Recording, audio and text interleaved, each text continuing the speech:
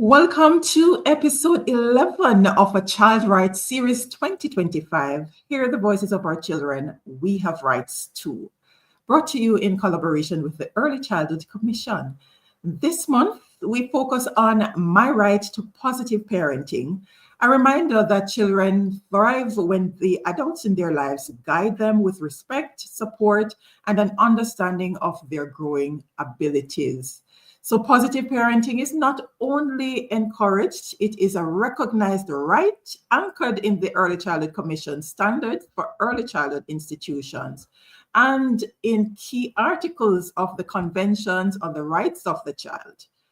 So stay with us for what promises to be a rich, engaging conversation with Dr. Warren Thompson, Director of Intake, Investigations and Court Services at the Child Protection and Family Services Agency. No stranger to this space. Welcome back, Sir Thompson. We also have joining us for the first time in this space, Karif Clark, Director Principal Interim at the National Council for Educational Leadership. Some of us might know the entity as NCEL. Karine Francis, our Manager of Community Relations there at the Early Childhood Commission, and Sergeant Andrew Williams, Assistant National Safe Schools Coordinator at the Community Safety and Security Branch Headquarters, Jamaica Constabulary Force. Welcome all. All right. Let me see what's going on. Sergeant Williams, let's join us on screen. Awesome. Yes. So let's get the conversation rolling because we have quite a bit to cover, a lot happening. So let's start by hearing your perspective. What constitutes positive parenting and how can parents express this right in practical ways? Let's start with Lady Francis, then we're going to Sergeant Williams, Dr. Thompson, and then Sir Clark. Good evening, everyone. Thank you so much for having me with some. All right, so positive parenting. For me, this is an area that focuses on raising children through nurturing relationships. So what it means is that we parent differently in this modern age. It looks at different skills that help parents to develop that better parent-child relationship where children are better behaved and parents are less stressed. So when you have that relationship with your child, it means that it is easier. The parenting process becomes easier and it helps the child to grow in healthy, nurturing relationships. They're more responsible. They tend to be a little bit more industrious. And then you realize that the child is on another level because then they are heard, they are seen, they are respected. So what it does is that it shapes the role for our society. And then we are creating these little humans into the adults that we want them to be. Thank you, Sergeant Williams. Yes. For me, positive parenting really is, providing guidance with the respect for their emotional well-being. Being in the schools, I have seen so many times products, I must admit, of I wouldn't say bad parenting, but parenting that doesn't provide the guidance with the respect for their emotional well-being. I think the time has now passed that a child should, be seen and not heard. They want an outlet, and so I implore parents too, when you're providing this guidance, please remember that the children, they do have right. They have an emotional well-being that must be catered to, and just be listeners. Because I always say at every single school I go, I tell you, if they're not going to listen to you, they're going to listen to someone else. So just provide that guidance with their emotional well-being at hand, in heart, and I think we will be on our way to having, raising better children. All right. Doc? All right. Well, pretty much what everybody has said. Yeah.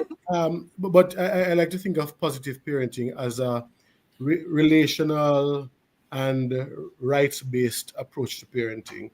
So it's an approach to parenting that sees the child as a rights holder. So the child, has a voice that must be heard. the child is treated with dignity and not as property. The relationship between parent and child is characterized by, yes, warmth and affection, but there are also clear boundaries set for the child. So the parent still has his or her right to parent in terms of disciplining the child, but of course it's discipline in the sense of teaching and not a punitive type of discipline. So it's discipline in terms of teaching the child what are the appropriate behaviors and expectations of him and her. And it's a relationship, a way to parent that is based on trust. And in terms of one of the ways that we say parents can engage in positive parenting is by connecting before they correct. So we say connect before you correct, connect with the child before you correct the behavior. And there are different approaches and strategies. One that I was exposed to last year is called trust-based relational intervention, and that is really for children who have behavioral issues. But all of it is centered on positive parenting, which is based on the relationship between parent and child, building that and ensuring that there is a mutual recognition of rights of parents and children. Connect before you correct. I love that. Yeah. Right, Sir Clark. Thank you so much for having me on this program. For me, there are two things that I'd add to the conversation in terms of positive parenting. The first that I'll add is that of positive role models for our children, being so critical in terms of the values, the attitudes, and the dispositions that we want our children to emulate, that we want our children to replicate in their own lives when they interact with different individuals from different backgrounds. So I think as parents, we ought to, and adults, I think we ought to have a clear sense of what those critical values and attitudes are, and the ones that we're going to be intentional about in terms of emulating or modeling for our children to follow. The other item that I want to add to the conversation is that of communicating well or effectively. Ironically, many of us talk about effective communication when we talk about adults, and sometimes we don't even give our children the opportunity to engage in effective communication. And from my background as an initial language trainer or educator, there are 4 critical areas of communication. 2 that I'll highlight is that of speaking and listening. And I'm highlighting those because oftentimes we speak to our children, but we don't listen to them. And I think that is critical. So I think those 2 skills in terms of language development, in terms of communication, are so important. And to add to the language communication area is that of having an approach or taking an approach which is called seek to understand. Many a times we do not seek to understand our children, and so that may cause some friction in the relationships that Doc spoke about. And so I'd want us as parents, as adults, interacting with children to take that approach in terms of seeking to understand and helping our children to seek to understand where you are coming from as an adult, engaging them in interactions. Thank you so much. Nice foundation laid there. And we are now going to take it into the different entity discussion, starting with the Early Childhood Commission. Reen, how does the ECC define parental responsibility within the early childhood sector? All right. So when we look at parental responsibility, we are going to start with Standard 10 of our 12 operating standard. And this states interaction with parents and community members. And essentially, what Standard 10 looks into is that we seek to enhance effective parent education and support through collaborating with the relevant stakeholders to provide timely support and intervention to our parents. And if we look at standard Article 18, it talks about parental responsibility and state assistance. So while parents are ultimately responsible for their child, it is the right of the states to provide assistance in terms of childcare services. So at the Early Child Commission, we have our parent places, and our parent places, it offers education in terms of trying to enhance some of those roles and responsibility, the parental skills, helping parents to identify and also providing them with the skills necessary for parenting. We have a 13-week curriculum which caters to this. And we also have our monthly parent webinar, which provides education and awareness in terms of national and international issues that our parents may be faced with. However, because the ECC has responsibility for the child 0 to 8 years old, we have our first 1,000 day app. And this app, now, to show you we're laying the foundation, parental responsibility starts before birth. So 0 to 8 means from conception. And some may even go as further to say it starts before conception because we have individuals who do plan before having children. Now, what the app does is that it looks at the developmental milestone of the child. So parents have this at hand so that they're looking at the responsibility here and they're tracking the child's milestone. And if needs be, they can tell whether or not the child will be needing early intervention. In addition to that, you also find that the app helps to guide the clinic dates. Is the child immunized? What shots should they be getting at this stage in time? And taking it back to the beginning, it's helping to understand that your child needs an identity. Does the child have a name? Are they aware of their name? Do they understand what it means to uniquely have that type of identity through having a name? It also provides a listing of all our early childhood institutions per parish across all regions, and it provides that guidance to parents in order to make better decisions for the child as they continue throughout these stages. Now, we are looking also at giving them real-time support because we have a bot who responds to questions. We have articles that provide support in basic challenges or issues that you may be finding. So for instance, we look at supporting the child if your child refuses breast milk. What happens now? Your child is 1 year old and you need to find a daycare that is in close proximity to where you live or to where you work. That is available. And then we take them through. We also have a 0 to 3 curriculum. It provides that level of education where you definitely know where you are, what needs to be done, and we seek to enhance the parental skills and engagement each step of the way. All right. That's quite a mouthful, but very very inclusive approach in terms of the different areas covered.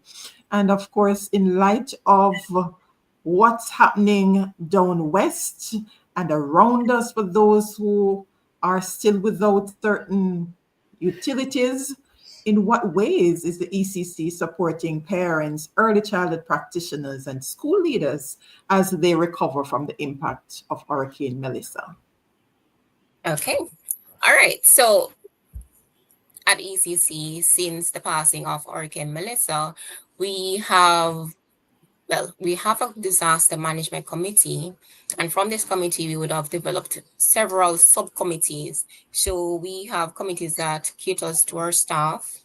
It looks at early child practitioners and also early childhood institutions. Our committees also focus on parenting, on children, and on overall infrastructure and our resource centers. Now, we have several activities conducting from last week into this week. We have been engaging with our partners. We have stakeholders that we are collaborating with in terms of providing assistance to parents and to the children. So far, we have for this week, 3 days this week, we have identified 3 parishes in which we will be finding our children at early childhood institutions in St. Elizabeth and Westmoreland and Trelawney. We would have been working with several different agencies. We are going to be engaging our children in the spaces where they are. If they're at a shelter, we are creating 2-hour programs in order to facilitate that level of engagement where our children do not feel left out, where they know that this is kind of like your new normal. You may not be able to be with your friends. You're not able in your uniform, but learning is taking place. while we're supporting our children, we're also supporting our parents. So we're offering resilience training and psychoeducational support for our parents. We are putting them in different groups. And what it means is that we are helping parents cope. We are providing them with the skills necessary in order to, we know that it's overwhelming. We know that you're probably frustrated. However, this is what you can do with your child. Here is how you communicate with your child based on what is happening in your space, the things that you can use around you to also stimulate your child. We have been provided with kits where we will be engaging the children, we'll be giving them these little kits, so it's something personalized that they can use and have, especially for those who may have lost everything. So here is something that is personally for you, and it's something that you can have within your space and that they can take from and just use it to engage the child. We may not be able to do this on a consistent basis in these spaces because we are trying to reach as many children as possible. And we know that once we have identified them and get them in that specified general location, then we would have started the process. I always love the 360-degree approach that the ECC takes involving the entire community, not just the child, but the community in general. Thank you so much, Karine Francis, ECC. Now we move over to the Jamaica Constabulary Force, Sergeant Andrew Williams. How are communities empowered to participate in and model positive parenting practices from where you sit in? All right, you're muted. Unmute, Sarge. All right, go ahead. Go ahead. Okay, he's having a bit of challenge here. So I was listening to my colleague just now, and I want to use the opportunity to do, and we don't normally do this, but to give a shout out to my commissioner of police, Dr. Kevin Blake. He's doing such an amazing job of leading the Jamaica Constabulary Force as it relates to the recovery process. And you will see us out there in social media assisting parents as well. But as it relates to the parenting practices, let me get to that. I had to use that opportunity because of the wonderful job that our commissioner is doing. Now, from the seat that I am in going into the communities, we explain and we know also well the effects of inappropriate or bad parenting practices. And so we push the positive parenting practices, and all our police officers are so trained to have the conversations with members of the community. But we have different groups and different units that go out and have these conversations. We have the domestic violence unit that goes out on the corner as well and have conversations with our parents through our neighborhood watch unit. We have operatives too that encourage positive parenting. There is a program that I'm so proud of as well. It's called Parenting on the Corner. Because we understand where the PTA is concerned, that's not all times our parents are able to go to the PTA meetings. We have Parenting on the Corner that we get to where you are. If you're in your community and you're playing a game of dominoes, we'll join you in your game of dominoes, but we'll be having that conversation with you about what is happening within your community. And oftentimes what comes up is, oh, I have a child and we're having this challenge with them. And we provide that sort of guidance, again, where you are. And we also have, of course, the town hall meetings that we do so often with our communities that the divisional commander or the CSS operative has. And in everything that we do, once we're entering your community, we're having that conversation, we're pushing positive parenting, and we're also pushing whatever is happening with you. The JCF doesn't operate in isolation. And we do not have the questions to every answers, but we are a listening ear and we're your police officers. And so if you're having a challenge that we are not able to fix on the ground, we put you through to the National Parenting Commission. At the end of every conversation with our citizens, we want to leave them understanding that, again, we are your police officers. And I will always say this, we do not have the answers to everything at the moment, but I guarantee you that at the end, we will point you in the right direction. Again, we know the effects of negative parenting, so the positive parenting is what we push every conversation with our citizens. Fantastic. This word respect, it's a big thing in our culture. How do our school resource officers ensure that interventions respect the rights of parents while still prioritizing student well-being? That is a brilliant question, and I'm happy I'm able to ventilate that here. So, as it relates to the parents, now we understand that the United Nations Convention on the Rights of Child, Article 5, speaks to respecting the rights and responsibility of the parents to provide appropriate guidance and direction to their children. Now, Article 3 of that same convention speaks to everything being done in the best interest of the child. We move over to the JCF aspect that the Child Care and Protection Act speaks to the best interest of the child must be priority. So in every structured program that the JCF has on offer, the parents are included. It is not done in isolation. And so let me use our mentorship program, for example. Now, our mentorship program is a structured program that can be available in all schools, where our school resource officers are so trained to identify early warning signs of things happening with the child. And so we'll have the program. A part or a component of this program, however, is a form that speaks to consent. So every structured program that we have, we ensure that the parent is informed at the beginning that their consent is given. We explain the program at our PTAs and on the parenting on the corner. We explain what the program is. We tell you how you benefit, how your child benefits, and at that time you give consent. So everything that we are doing is within tandem. So we ensure that the parent is on board. So at no time is their right breached or infringed because they are a part of the programs that we have on offer. Fantastic. Get them involved so they are part of the process and They not are. just the beginning or the end, but throughout. Very important. Throughout. Yes. So, as you aptly mentioned at the beginning, the engagement in the field of your commissioner and so many other members of the JCF, and I just love what I'm seeing. The police being a part of community and the whole restoration, rebuilding exercise, and that is really great. We're talking about positive parenting. Can't have positive parenting in isolation. The community must exude positivity, right? So, yes, how is the JCF supporting families and school communities during this post-Melissa recovery period? Thank you for that. So we have, I mentioned our commissioner before, who is doing a wonderful job at recovery. And even in having the stations rebuilt, we have police officers who are parents and that are being supported through the JCF as it relates to parents within our communities. We are partnering with several agencies.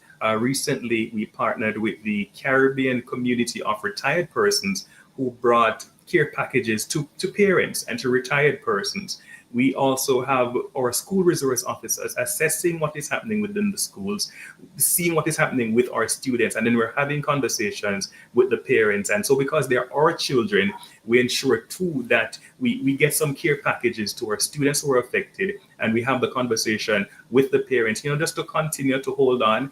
I can speak to recently going to Petersfield High School. That's a part of our Safe School program. And we have eight students who are a part of the shelter now that attended the school. And so we're in dialogue now with the parents to see how best we can assist. So through the parents at the different institution, the JCF, the School Resource Officer Program, Community Safety and Security Branch, we're doing an assessment. We're seeing how best we can help. We're helping with school supplies. We are helping with motivation because that also is very important.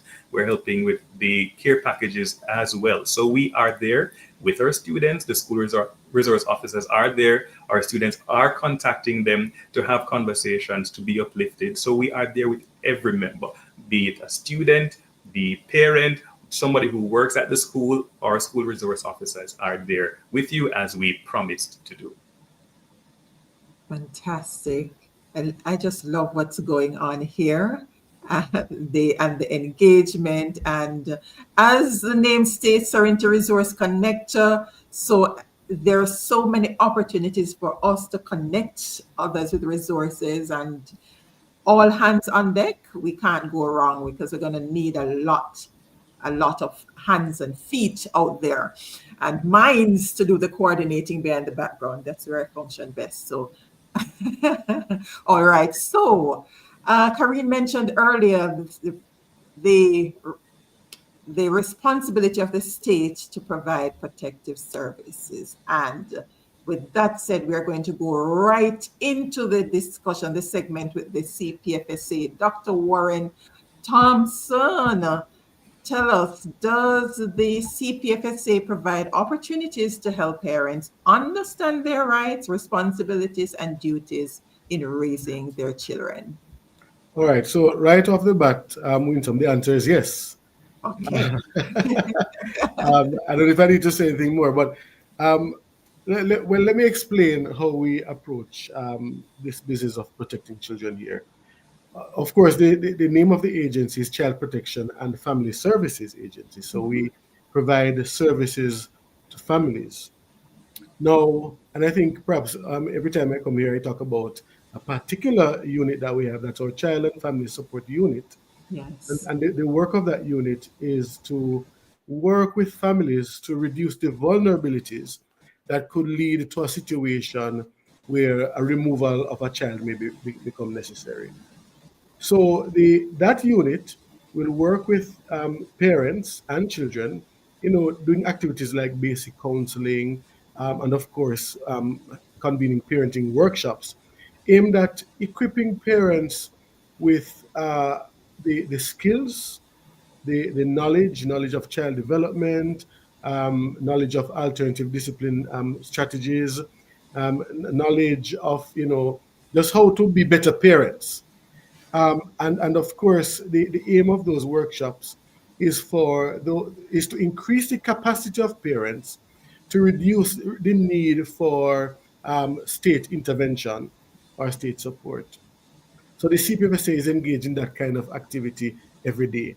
Now, when we remove a child from a family, the aim, the first priority is always to pursue reintegration. And in pursuing reintegration, it means that we have to get the parents or the wider family system at a place where the child can safely be returned. So again, we have to do the capacity building with parents, the parenting workshops, equipping parents with the basic understanding of strategies, positive parenting strategies, and including ways in which they can set boundaries and discipline the children without resorting to abusive practices. I hope I have sufficiently responded to your question. Oh, yes. You see, when you have smart people in the room, we know that we're going to get valuable information so we can understand what exactly happens on the other end. And we are still keeping to that big R, respect, because parents can't be positive if we don't give them the tools that they need, right? And a part of that is just valuing them as individuals, and as such indicated, having them as part of the entire process. So how are parents' rights, duties, and responsibilities respected in the CPFSA's programs and interventions? All right. So let me start by saying that when we tackle parenting, we are working towards cultural change. One, there's a way in which many parents in Jamaica would have learned how to parent by looking at the examples in the generation before us, and many of those examples have been negative. So we have to equip parents with a new way of thinking, a new way of seeing children. So I don't own my child, and my child is a person. We have to equip parents with not just a new way of seeing children and thinking about the parenting activity, but a new way of seeing the parent-child relationship and actively engaging in that. Now, when we engage with parents, with families, we recognize that the convention on the rights of the child not only give rights to children, but parents have certain rights too. So, for example, the right to custody, the right to participate in decision making pertaining to the child, the right to discipline the child, the right to contribute, for example, to the cultural and religious upbringing of the child, and so on. So we have to respect all of those rights as we engage with parents and children. Now, you asked a question about how do we do this. I'm not sure if I can say how we just do, by always considering that the parent, one, is the person with the first responsibility. That's one thing. And the Convention on the Rights of the Child, as well as the Child Care and Protection Act, does say that the family is the preferred environment for a child. So when we engage with families, the first thing is, one, not to pursue a removal. Recognize that the parent has this right to maintain the custody of the child, in so much as that right does not infringe on the best interest of the child or the child's provision, protection, or participation rights. So that's the first thing. Do not first pursue a removal unless it is absolutely necessary. That's one. And then two, once the child is removed and comes into care, where needed, the parent's views, the parent is invited to participate in decision making pertaining to that child. So when we have a case conference, for example, the parent is expected to be present at the case conference to contribute to decisions about permanency planning, decisions pertaining to the child's education, the child's health care, and so on. So we do that. And of course, where there are parents who, for want of a better word, are negligent, we try to work with them to improve. So we have them work with us to articulate a parenting improvement plan with specific objectives, because we recognize that the parent has a right to this child, and we have to ensure that the parent is given all the opportunities that they need and the resources required to improve in their parenting. So those are some of the things that we do that are aimed at respecting the rights of parents. And I can give you examples.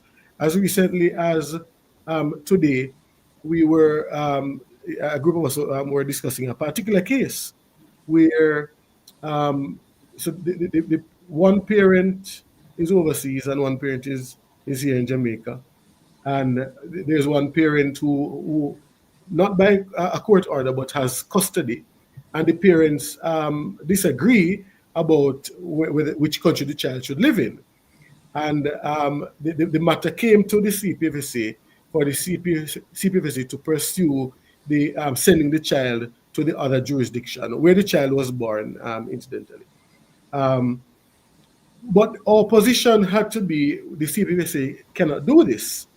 The parents have to come to some agreement, because one, there's one parent who has primary custody at the moment, and the child, if there's no reason to remove the child from that environment, then the CPFSA can't do that.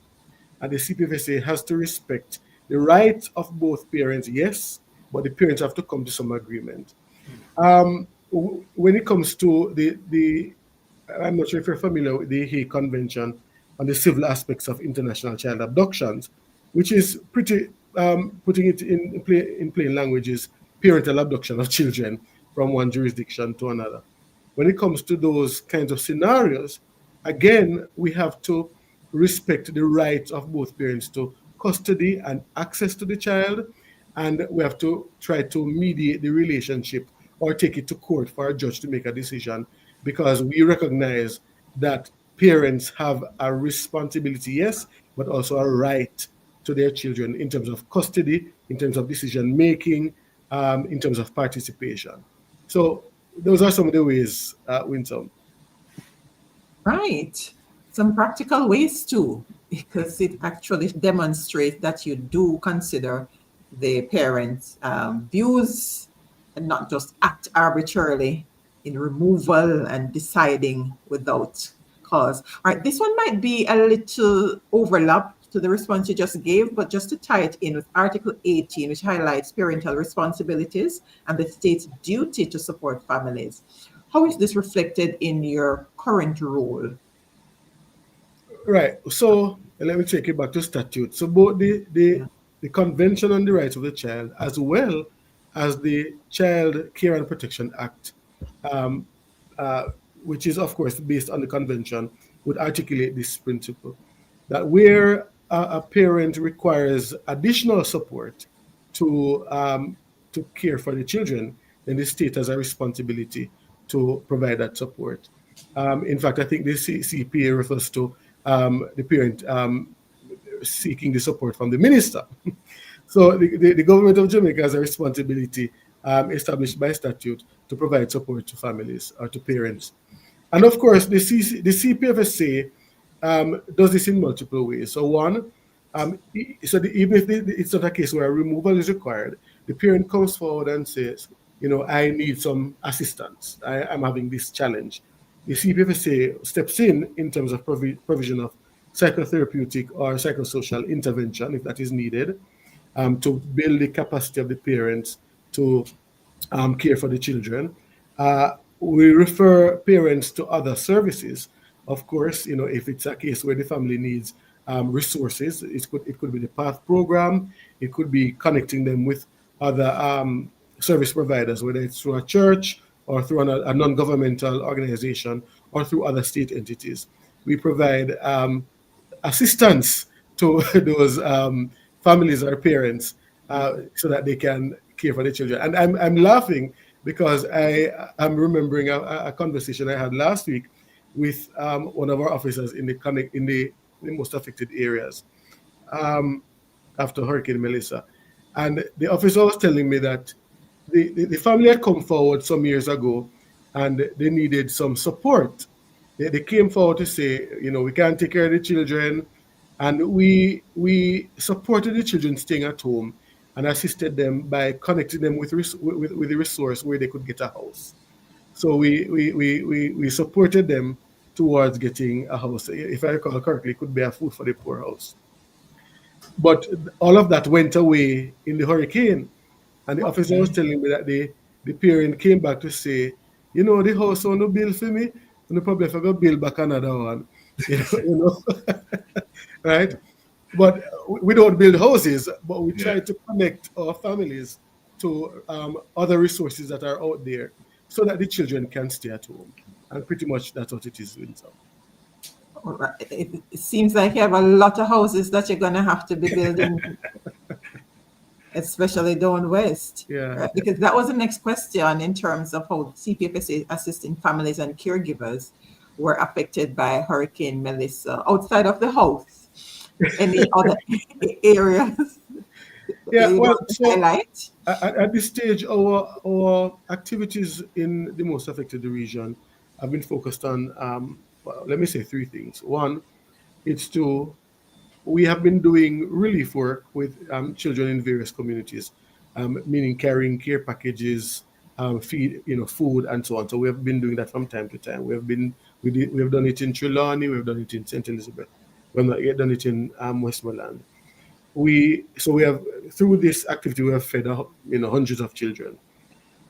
We have also been seeing how we can provide support to our staff, because you'll understand that the staff in that region have been significantly impacted, so much so that the work that I'm telling you about, we're talking about staff members coming from other parts of the island to go to the regions to do the relief work that's necessary.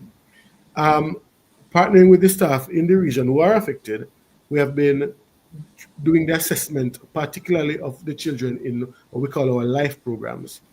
So we have been trying to, establish contact with the children in foster care, the children who are in their families, whether in family reintegration or on supervision orders. So we've been doing that work. So we're talking about thousands of children, Winsome, because we have approximately 4,500 children in care, just over 1,000, maybe about 1,500 or thereabout that are in institutions. All the others are in family-based placements. So we have been doing the work to establish the contact with those families, and do an assessment to ensure that they're all right. So that is ongoing. And we have been doing the work now with our facilities that have been impacted. Quite a number of institutions down that side. So I'm talking about our children's homes and places of safety have lost large portions of the roof. So we have been, of course, pursuing relocating children, pursuing options towards, rapidly repairing those roofs and so on. So that is pretty much the work that we have been doing since the hurricane. But we have other ideas and concepts that we have submitted proposals for and are waiting on the relevant approvals to do more, particularly for the families that are not our clients now, but the families that have been displaced. I just love the forward thinking is not just about, because we're asking about the parents and the children they care, but it's so much deeper than that, because if your staff are not at the place where they're able to deliver the service, then Yeah, the system is going to crumble. yeah. So it's very important that you recognize and address that. All right, let's bring in Sir Clark into the conversation. National College for Educational Leadership. Sir Clark, let's hear from you now. Does NCEL currently incorporate child rights training into its leadership programs? If not, how can this be done? Thank you so very much for that question. Before I respond directly to that question, I believe it's important for us to understand the context within which the National College for Educational Leadership was established. The context is that we, as a country, were promoting good classroom teachers to the post of leadership and principalship in our schools. And so there were some gaps, because we know that principalship is not just about teaching and learning. That is one component of principalship. So when we talk about school leadership, we're talking about an individual who is able to bridge the gap between community and school. We're talking about an individual who is au fait with financial management, an individual who is very effective at instructional leadership, and so many other elements to run a school effectively on a day-to-day basis under, of course, the guidance of a board. And so that context is important for why the National College was established. Now, at the National College for Educational Leadership, or NCEL, we have a number of training programs and courses or learning opportunities for our participants to pursue a leadership development that are specific to our context. Now, as it relates to the child and child rights, one of the courses that we offer in partnership with UNICEF is that of Child Friendly Schools Leadership course. And this course is built on 4 principles that are grounded in the CRC. Now, we talk about the first principle of child-centeredness, meaning the emphasis must be on the child in everything that we do, seeing their potential, ensuring that we cater to their respective needs, ensure that the space, teaching and learning is conducive to the child. The second is that of inclusiveness or inclusivity. And when we talk about inclusivity, we're looking at accepting children from every background, every space, or everything that they come with, their struggles, their traumas, the good values and attitudes. We want to ensure that they feel a part of the school. And the values and attitudes that are important for the community and for the society, then the school will incorporate those in the learning experiences. And so the leader is integral in ensuring that all of that is done. Now, the third pillar, or the third principle of child-friendly schools, is that of democratic participation, which is so critical. It means that our school leaders or principals must ensure that the students, the parents who are so critical to the process, the teachers or the staff in general, do have a voice or do have a say in what happens in the school. So democratic participation is important. So if our school leaders, for example, are going to build a playground, or they're going to change the menu in their schools for healthier meals, then we expect them to have those conversations with the students and the parents to know what is happening and to inform and to educate them on what is important and in the best interest of the child. And the last principle of the child-friendly schools course that we offer is that of safe, healthy, and protective environment. Now we know that our schools are safe havens for many of our children. And so we endeavor to ensure that our school leaders create safe havens, create safe spaces where our students can ventilate. If they're having issues, they can feel protected from issues that may be happening at home, from issues of trauma, or whatever issues they are in the communities or in the homes. The schools must be so equipped to deal with these things. But again, I revert to the idea of the purpose of the establishment of NSEL. A school leader, a principal must think about school leadership in a very holistic way, knowing that it has to encompass CFS principles, it has to encompass good governance, it has to encompass all that is in the best interest of the child, and not only in terms of cognitive development, but we're talking about social development, emotional development, and so on. There are two other learning products that we offer, which I believe are important to add to the conversation, which is the Effective Principals Training Program. Now, in that program, we offer a module called Boys Education. And in that module, we expose our principals to teaching and learning strategies, interventions that are specifically geared towards boys. Now, of course, in the international space, and when we talk about gender equity and so on as it relates to sustainable development, in many countries, the interventions surround females or girls and women, young women. But in our context, we must pay keen attention to what is happening to our boys, what's happening to our youth, and so our male youth. And so at the NSEL, we build that out for our principals to do interventions to get the boys involved, to get the parents involved as it relates to boys' education. And the last course that we offer, or in a more explicit way at NSEL, is called Leadership for Safer Schools. And two of the modules in this course look at one, gender-based violence, and two, looking at ending violence in schools. Now, unfortunately, we have seen issues of bullying, we have seen issues or cases where children commit suicide or children end up in situations that they're not supposed to be in. And we want to ensure that our school leaders, that our school administrators are equipped to deal with these issues and to treat with them in effective and efficient ways. And one of the things that I am proud to say in this space is that at NSEL, we have been very deliberate about exposing our school leaders, those who are in service and pre-service school leaders, to CFS principles, to navigating the conventions on the rights of the child as it relates to how do you treat with a child, what are their rights, and so on. So all of those things are intentionally done. So every aspirant, every teacher who comes into NSEL doing the Aspiring Principals program must pursue the child-friendly leadership course. Every principal, we encourage them to take that course. And so over the years, we've trained hundreds of participants or school leaders in this respective course. And again, thanks to UNICEF for facilitating this endeavor.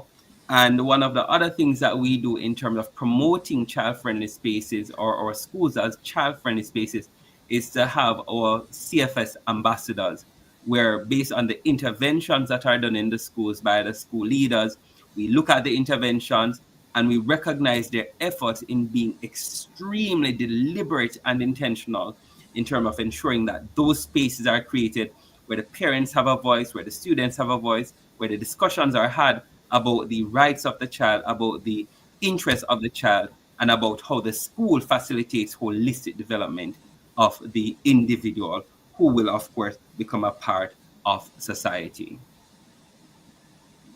Very impressive. I'm over here thinking, listen to transformational leadership. I just love it, right? I tell you, in all of these different areas, is there a specific section where our school leaders are trained to help educators teach children about the rights and responsibilities of their parents? Which of those heading would it fall under? Sure. So that is more explicit in the Child Friendly Schools Leadership course or CFS course, where we expose them to the principles, the four guiding principles, and having exposed them to those guiding principles, we then ask them to do interventions in their schools, which is how we select the ambassadors across the 7 administrative regions of the ministry, right?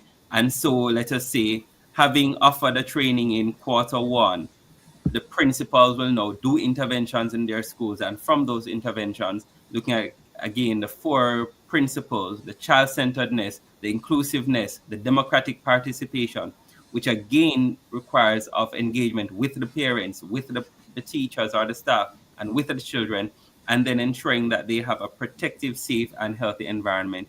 So we do encourage our parents to have those conversations in terms of what is needed in the space. Why are we taking certain actions? What is your contribution to the decisions that will be made? Because ultimately, the school is there and the school is designed for the well-being of the child. And so those conversations must be had. Fantastic. And for your wrap-up question for this segment, what support is NCEL offering school leaders in the aftermath of Hurricane Melissa? This is it's a tough one to respond to in the moment, and I'm saying that because today we had 2 sessions with our colleagues who are principals in training, aspirants and sitting principals, and we listened to them and what they're going through. What we have done at the National College is to design our recovery framework, which has 3 pillars. The first is that of knowledge mobilization and empowerment and capacity building. So what we're doing again is to partner with UNICEF to offer learning opportunities as it relates to crisis management, as it relates to education in emergencies. And we're cognizant of the fact that even our school leaders who are in communities, who are in spaces that have been severely impacted by the hurricane, they do not have electricity, they do not have internet connection at the moment. And so we're looking at resources that do not require internet connectivity, that do not require electricity for them to build the capacity. So that is the first pillar. So we're offering, again, learning opportunities for them to be so empowered to navigate the respective context. Secondly, we're looking at relief and recovery efforts. And under this pillar, we look at our staff at the National College for Educational Leadership who have been so generous in their giving back to society. And so what we have been doing as staff is to look at our own resources to see what we can contribute to a school that is in need. And importantly to that, our participants who are engaged in training with us, they've offered to contribute to that effort because some of them, they're not affiliated with a major organization. And so they want to give, they want to contribute. And so we're being the central hub pretty much to facilitate collection and distribution of those resources to our schools and students who are in need, as well as staff. Under that pillar as well, the National College is undertaking cleanup and rebuilding efforts. So thus far, we have been to 2 schools, one in Region 5, which is Pondside Primary School, and one in Region 4, which is Green Pond High School. And Friday again, we'll be out in the field. What we have been seeing in our schools is somewhat total devastation. When we went to one of the schools last week, there was absolutely no roof. Everything was soaked. The principal's office, the library, the classrooms, all resources were wet. No roof at all. And so we went with the principal, some of the teaching staff, some of the ANSEL staff, and of course, some of the parents were there to support the cleanup effort. And what we're able to do is to put some of the books to dry. We were able to recover some of the materials, and we were able to add, through the donation of a generous individual, cover the principal's office with a tarpaulin.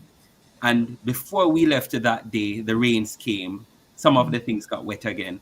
And the only place that had a temporary roof was the principal's office. And that is where individuals were able to seek shelter from the rains.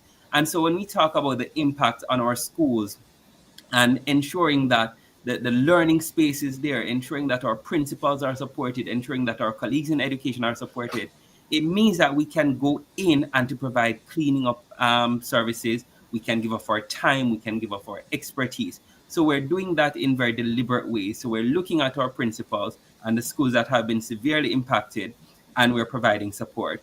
And another way in which we're providing support under the second pillar is that of our own expertise. A number of my colleagues at NCL, they're teacher trained, and so they do come with their expertise in different disciplines. And so what we're going to be doing in short order, because we know that the principals are humans, the teachers are humans, they have been impacted as well. We want to give them a day off. And giving them a day off meaning that we're going to go to the schools and we're going to take their classes for that respective day based on our areas of expertise and strength. So, for example, my initial training is in Spanish and French. And so for a school that has been severely impacted, where I can relieve a teacher or relieve the principal of his or her duties for that day, I will take the lessons and I will deliver. My other colleagues in business education, in math, in ICT, in geography, and so on will be doing the same thing. And that is our way of giving back. We're not intending to compete with major organizations that have perhaps millions and can easily resource relief items. We're looking at what we have that can help in the recovery effort so that our children can once again be in that safe space and that safe haven for their own development. The last pillar is that of program support completion. So what we have done at NCL is to postpone our standard training schedule to focus heavily on the participants or the principals and aspirant principals who will be doing interventions in their schools. Earlier today, I saw a report where one school, the estimated cost for recovery is almost $300 million. We know it will require a lot of resources, time, money, all of those things.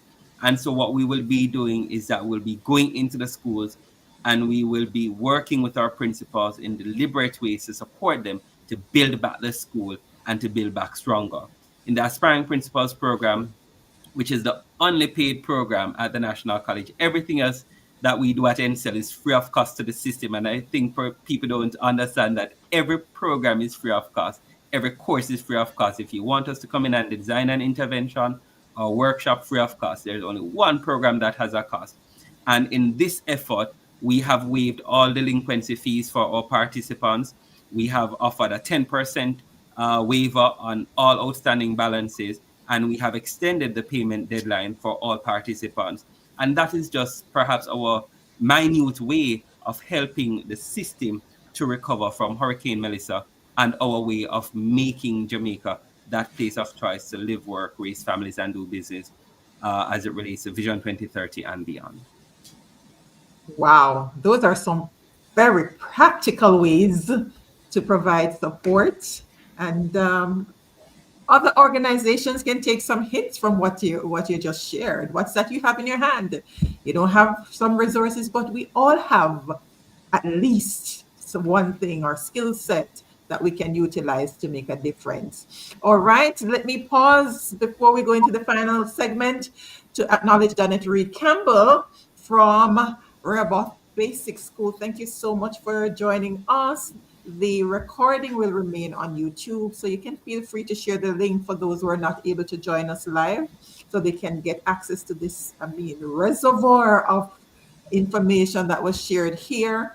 And for our final segment, which is our roundtable, one question to all our panelists: what programs or practices in Jamaica best support positive parenting, and what additional initiatives would you recommend? Starting with Karine again, then Sergeant Williams, Sir Clark, and then Dr. Thompson will round out. Okay. So programs that support positive parenting, I have to highlight the National Parent Support Commission.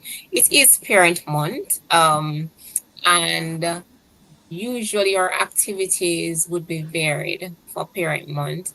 And I know that the NPSC had plans in terms of doing a mass certification and graduation for our parents who would have been engaged in the parent places. So shout out to NPSC. We also would look at the PATH program under the Ministry of Labor and Social Security. They're doing excellent in terms of providing support to our parents. Going under the ministry, we're looking at the special education unit. Parents are able to apply to be shadows for their children and for those who can also support another child. So this is really dear to us, especially with our ECD assessment department, and also kudos to the early stimulation program.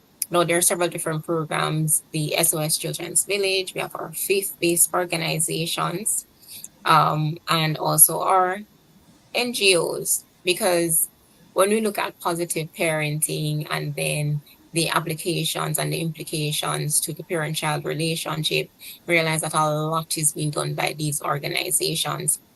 And suggestion is that we need to strengthen more in terms of corporate Jamaica, private entities just coming on board and put in place those trainings, parents within the communities, within the space, specific reference being made to the parenting on the corner that JCF is currently doing.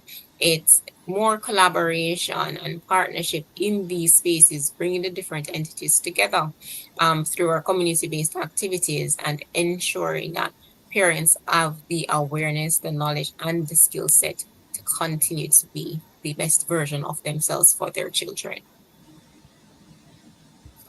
Great. Right, Sergeant Williams. Thank you very much. No, she listed all the answers I was going to give. But I must commend her, though she named several institutions that are key as it relates to partnership. And she mentioned the parenting on the corner, and I'll speak to the JCF aspect of it, that we do have that program. And we know we said parenting, but I wanted to make mention of the youth empowerment programs that we normally have and how we incorporate the parents in it. Now, every program that we have, as I mentioned, we involve parents, but the youth empowerment aspect of it, we ensure that there's a particular day that the parents come in and they came in on a day with their child. But in the middle of all of these programs, we have the parent come in to say, remember when you brought your child on this day? This is where your child is now. And I think this is a practice that needs to be replicated in everything that we're doing that involves children. Again, the parents must be on board. When there's a situation too that the child brings something to light as it relates to what is happening at the home, I think involving the parent also makes such a huge difference, because the truth is that sometimes the parents are not the persons that the children talk to. And Dr. Thompson mentioned in raising the children previously some of the practices that we have used, but in this particular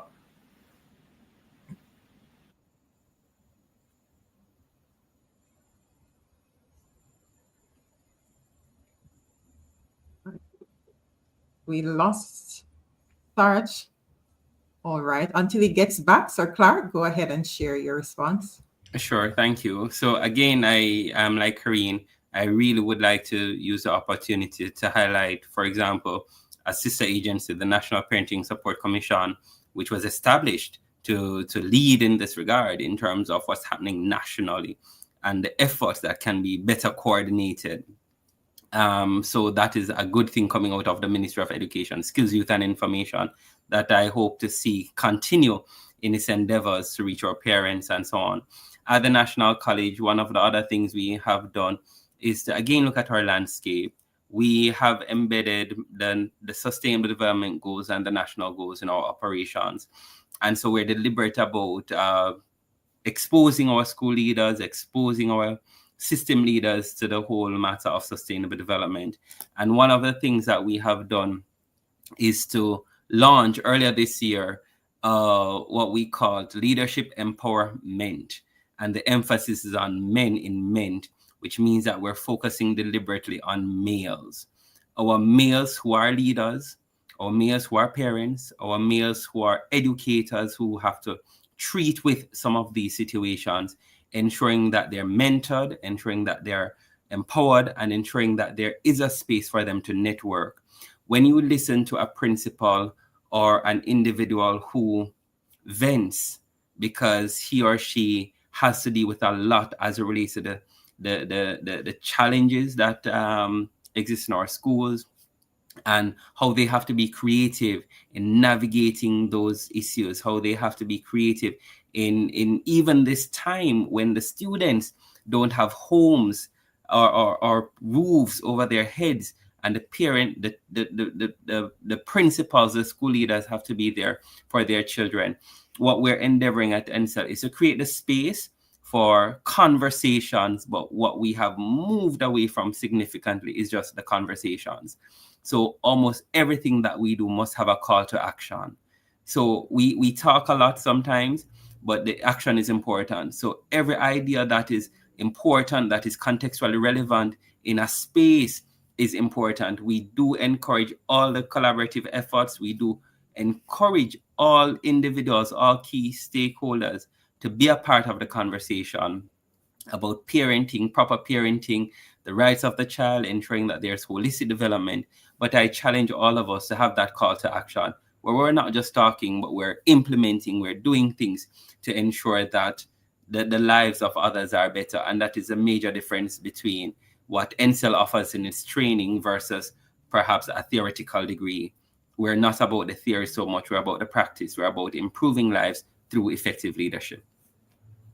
Thank you so much. Dr. Thompson. All right. Yes. So I want to start by saying, the National Plan of Action for an Integrated Response to Children and Violence has one of the indicators is for ordinary Jamaicans, including parents, to be able to name some rights of children. So all of us as public entities ought to be involved in sensitizing parents to the rights of children. So that's one thing that definitely contributes to positive parenting. Now, of course, I said earlier that at the CPFSA, we engage in different types of parenting training, parenting workshops, and so on to get parents to engage in positive parenting.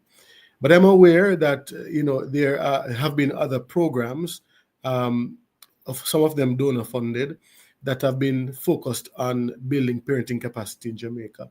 So there was the Positive Pathways to Parenting, I believe, USAID funded program that was being implemented by quite a number of non-governmental organizations. Of course, that no longer exists because USAID does not exist anymore. In addition to that, I know UNICEF has the parent text using their U-Report platform, where using WhatsApp, parents are able to get parenting information on a number of topics, relationship building and so on. And of course, it was said before, the National Parenting Support Commission, quite a number of groups I know, including denominations that have like family life commissions, would have done parenting training. There was a time when Parenting Partners of the Caribbean was very, very active implementing training across the island for parents. But groups like those that are dedicated to parenting, outside of the National Parent Teachers Association, they're not engaged in that kind of activity anymore. But I'm hoping that, as I saw it in the manifesto of the party currently in government, that there would be an increasing support to the National Parenting Support Commission to promote, and I'm putting it this way, positive parenting across the island. So those are some of the things that are happening where parenting is concerned, some of the services that exist to promote positive parenting in Jamaica. Fantastic. So what I'm hearing is that we already have these programs in place. All we need is additional resources to make them more effective or to reach more of our parents. Yes. Fantastic. Okay, so I must acknowledge Epsom Basic. Thank you so much for joining us, Ms. Rose. It's great to have you. And remember, you can share the link so your other colleagues can benefit from what I believe was a wealth of information that was shared here. And for the leaders who need to get some training, Encel is looking out for you. And remember, it's free. All it requires is for you to commit to the program, right? And take action. Definitely. Getting it done and implementing what it is that you learn. Oh, so sorry that Sergeant Williams wasn't able to reconnect with us. So we heard from the Early Childhood Commission, JCF, Community Safety and Security Branch Headquarters, as well as CPFSA and NCEL. It's great to have you in this space, NCEL. It's good to be here. It was a good conversation. Awesome. So, as always, it has been my pleasure moderating the segment and just facilitating this flow of conversation so that you can learn more about what positive parenting really looks like and some of the practical things that you can do. And we also heard about some practical things that these organizations are doing to support their team members and those people they serve as we rebuild stronger together after what's such a pretty name, Melissa, but the effect was not pretty at all. But together we rise. Thank you so much for tuning in. We usually have a forum on Thursdays, but we are still on a break. Just took some time out to facilitate this work, and I'm so glad we did this so that we can have this information there for others to actually get access to, and even some of the initiatives that are ongoing now in terms of the recovery relief exercise. I'm hearing some things that we can continue beyond the relief because the needs will always be there so that we can, as we move forward. Thank you so much again. For those who are able to join us live, it was such an awesome pleasure having you. And for those of you who are going to be watching the replay, thank you so much for tuning in. As always, we ask you to share the information so others can get access to it. All right. Have yourselves a fantastic rest of the night. All right. Thank you. Thank you, Winsome. Okay.